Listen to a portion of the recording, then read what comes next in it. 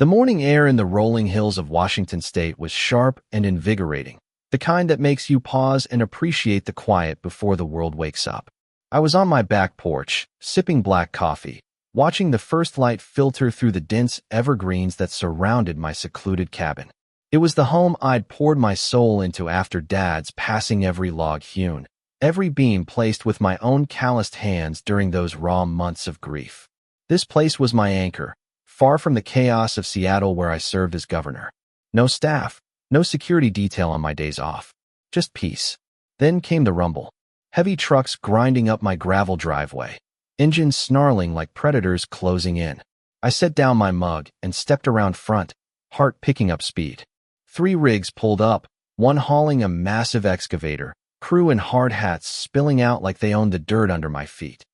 The lead guy, burly with a no-nonsense clipboard, marched right up. "Sir, you gotta clear out now. We've got an emergency teardown order from the Regional Environmental Protection Authority. Your structure's a contamination risk to the nearby watershed, chemical leach from old building materials."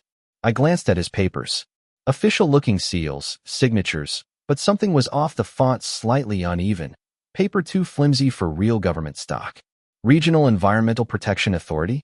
Never heard of it, and I know every agency in this state. I locked eyes with him, calm but firm. Probably because I'm Governor Alex Reed, and that outfit doesn't exist. The air went thick. His crew froze, tools clattering. One kid fumbled his helmet. But the foreman doubled down, face hardening. "Doesn't matter who you are. We're contracted from out of state. Orders are to proceed." He pulled his phone, dialing quick. "Boss, target's claiming he's the governor, says our auth is bogus." A woman's voice snapped back, audible even from where I stood, sharp, unyielding. "Push through. Get it done. No excuses." That's when it hit me like a gut punch. This wasn't random. Someone had orchestrated this, forging docs to raise the one spot on Earth that still held Dad's memory, a corner window where he'd watched the rain while battling his final illness. Rage simmered, but I kept cool, pulling my phone to record. This is Governor Alex Reed documenting an apparent felony impersonation of officials to destroy private property.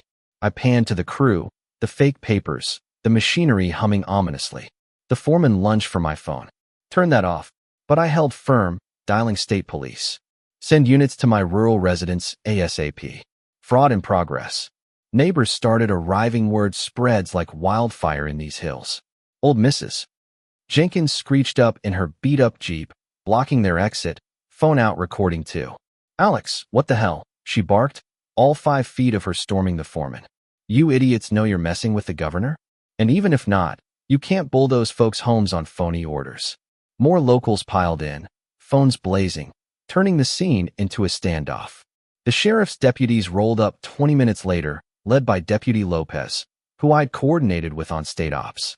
He scanned the docs, shook his head. "This agency's a ghost. IDs and statements, now." The foreman got another call, same voice, frantic now. He hung up, muttering to pack up, but Lopez cuffed him. "Not leaving till we sort this mess." As they loaded gear under watch, I pieced it together. For 2 years, the local homeowners association, run by Elena Vargas, had hounded me over violations, fines for my cabin's non-compliant design, threats escalating to this. She'd never liked an uppity holdout like me ignoring her rules. But faking a federal agency? That was crossing into criminal territory, and she'd just declared war on the wrong guy. That evening's emergency HOA meeting at the community hall was a powder keg. Cars jammed the lot, folks buzzing with outrage. I walked in, evidence in hand, as Elena sat at the head table like a queen on her throne, mid-50s, sharp bob haircut, eyes cold as steel. The room hushed. She tried playing it cool. "Let's address this misunderstanding." "Misunderstanding?" I stood, voice steady but laced with fury. "Elena, you sent that crew with forged federal docs to demolish my home. Why? And who's in on it?" Murmurs erupted.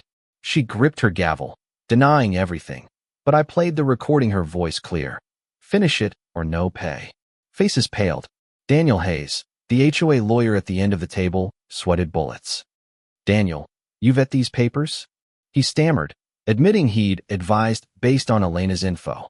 The crowd turned chaotic, shouts for proof, coffee spilling in the frenzy. Mrs. Jenkins rose. I've lived here 40 years. No such agency exists. More stories poured out. Fences torn down. Gardens ripped up under threats. All Elena's escalating tactics. Daniel whispered to her about destroying files overheard by half the room. I called the county prosecutor on speaker. The board voted her out unanimously, chairs scraping as allies distanced themselves. Elena stormed off, spitting, "This isn't done." But it was for her. Arrests hit at dawn. Prosecutor Laura Kane called me as light crested the hills. Warrants executed. Elena shredded docs. Daniel burned some. Obstruction on top of fraud. I rode with Sheriff Harlan to Elena's tidy ranch house, ironic. Her perfect compliance while terrorizing others. He knocked. Inside, a shredder whined frantically. "Open up." She emerged, bathrobe askew, hands nicked from paper, eyes wild. "This is harassment." Harlan read rights as she ranted about protecting the community. In the car, she spilled, targeting non-compliers, faking emergencies for fees. Daniel flipped fast, detailing how Elena masterminded fake agencies to extort settlements. But it ballooned. Her consulting business sold these schemes to HOAs in Oregon, Idaho, Montana, Wyoming. FBI agent Harlan and Soto arrived. Files revealing $3 million laundered through shells, kickbacks from contractors. Victims? Mostly seniors, immigrants, that's easy prey. One elderly widow, Mrs. Harlan, watched her lakeside cottage crushed over bogus pollution claims, hospitalized from stress. Carlos Ruiz, a rancher, sold cheap under fake contamination threats. Mrs. Lopez's family endured immigration scares.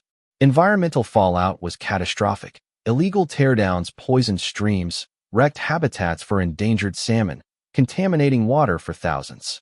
Cleanup? Millions. Civil rights probes showed deliberate targeting 70% minorities or elderly.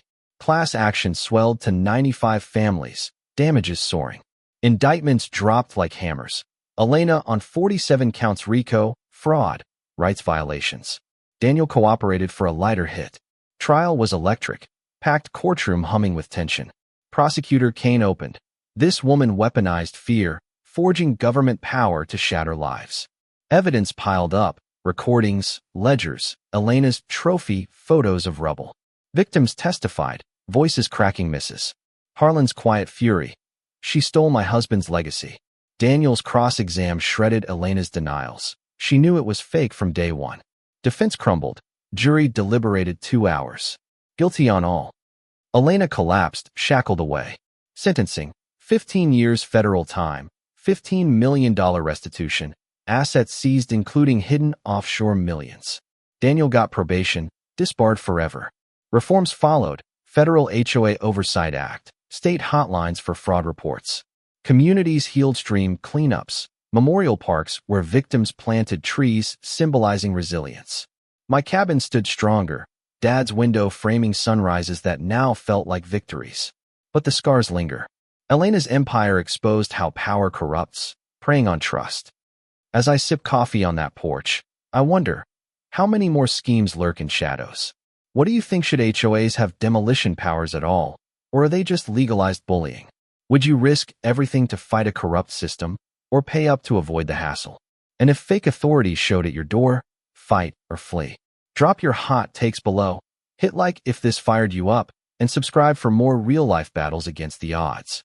Let's debate. This your voice matters.